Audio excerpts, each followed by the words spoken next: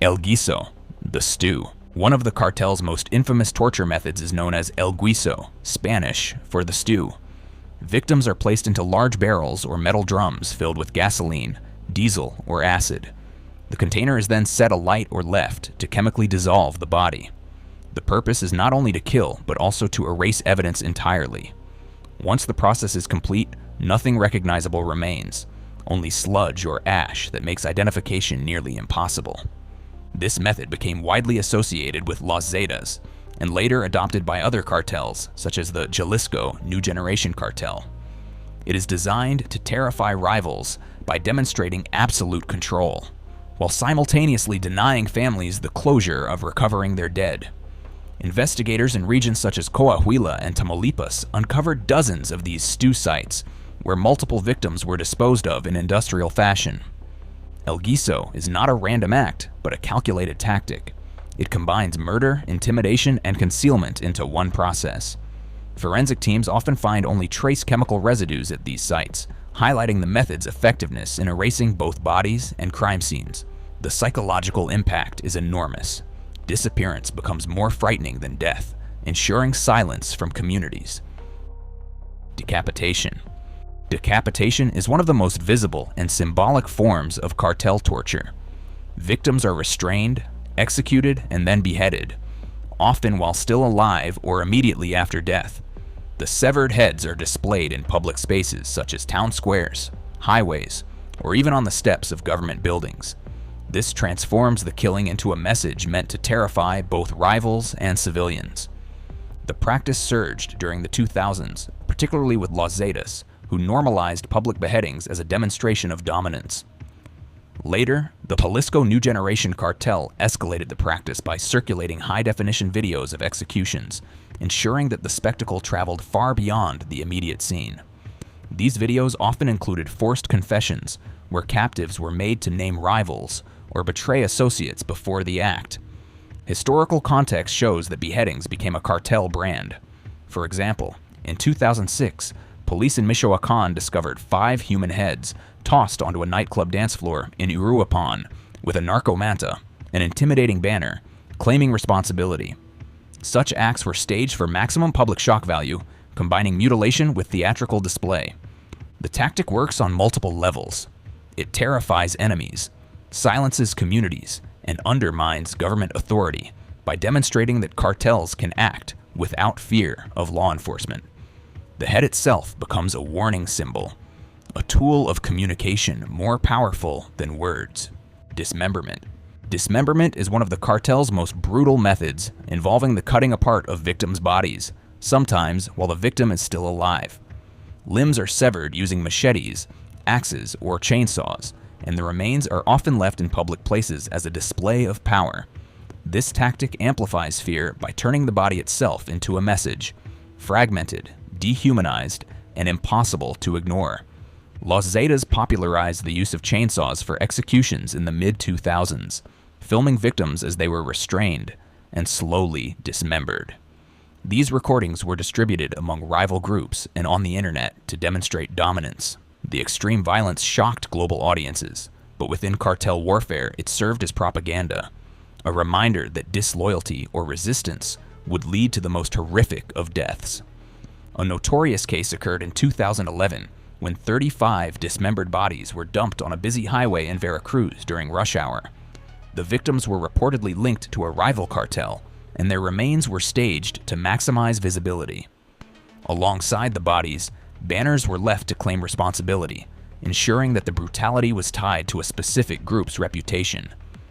The psychological impact of dismemberment extends beyond the immediate killing. Families are forced to confront mutilated remains, communities are terrorized by public displays, and rival cartels are reminded of the consequences of defiance.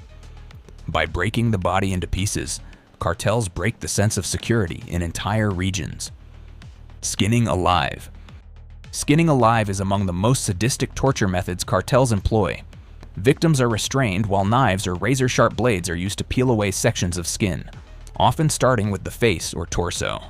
The process is deliberately slow, prolonging pain and fear. In many cases, victims remain conscious for part of the ordeal, forced to endure the mutilation before dying of blood loss or shock. The method became especially associated with Los Zetas during their peak in the late 2000s. Cartel operatives used skinning as both punishment for betrayal and a tool of psychological warfare against rival groups. Bodies were sometimes left with flayed skin hanging, while others were displayed headless with pieces of skin removed to emphasize the torture. One chilling example was documented in Guerrero, where cartel victims were discovered with faces peeled off and stitched onto soccer balls, an act designed for maximum humiliation and public terror. In other cases, human skin was nailed to walls or left beside narco banners as a direct warning to authorities and rivals. The cultural impact of skinning alive is profound. It evokes pre-modern forms of execution, turning victims into symbols of terror meant to resonate across generations. Unlike simple execution, skinning communicates both the absolute power of the cartel and the helplessness of the state to protect its citizens. The message is clear. Defiance will not just cost life, it will result in the most horrific suffering imaginable. Burning alive. Burning alive is one of the cartel's most feared torture methods, used both for executions and to dispose of bodies. Victims are doused in gasoline or diesel fuel, tied up and set on fire while still conscious. In some cases, they are placed inside vehicles or houses that are then ignited, ensuring not only death, but also the destruction of evidence. This tactic has been repeatedly documented in conflicts involving the Jalisco New Generation Cartel, CJNG. They have used public burnings to intimidate entire regions, sometimes recording the acts and distributing the footage online. These videos are often accompanied by narco messages, emphasizing that the violence is punishment for betrayal or resistance. A notable case occurred in 2011 in Monterrey, when members of Los Zetas set fire to the Casino Royale after demanding extortion payments. 52 people died inside, many burned alive. While not a targeted execution in the same way as an individual burning, the act was intended to terrorize the public and demonstrate that refusal to pay cartel protection would result in catastrophic consequences. Burnings also extend to mass killings. In Michoacán, investigators have found mass graves containing charred remains, suggesting groups of victims were executed together and burned to erase identities. This practice not only spreads fear, but also complicates forensic investigation, as fire destroys DNA and dental evidence. The use of burning alive is both spectacle and strategy.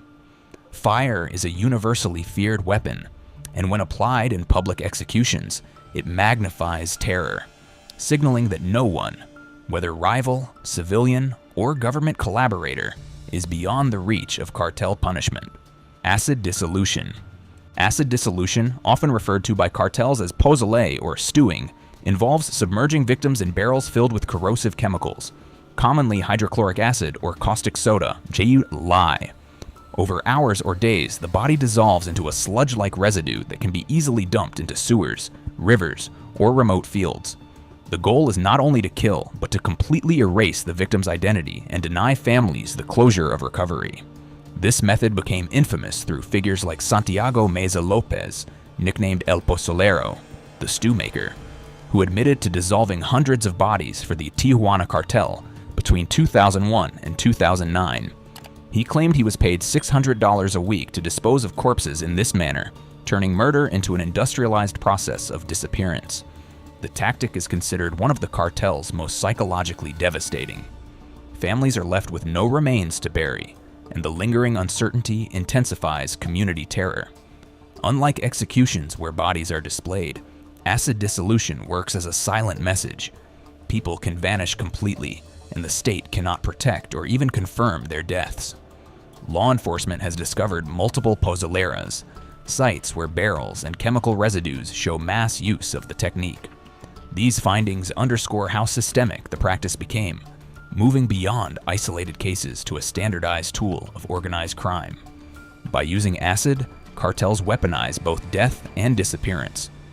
The method destroys not only bodies, but also the social bonds of family and community, leaving behind questions and fear that endure long after the physical evidence is gone. Electrocution. Electrocution is another torture method used by cartels to inflict extreme pain, while keeping victims alive long enough to extract information or record confessions. Victims are bound and subjected to electric shocks delivered through car batteries, extension cords, or improvised devices with exposed wires. The current is applied to sensitive areas such as the genitals, tongue, or open wounds, maximizing suffering without always causing immediate death. The practice is especially valued for interrogation. Cartels often use electrocution to force captives, rival members, suspected traitors, or civilians accused of cooperating with authorities to reveal names, addresses, or other intelligence.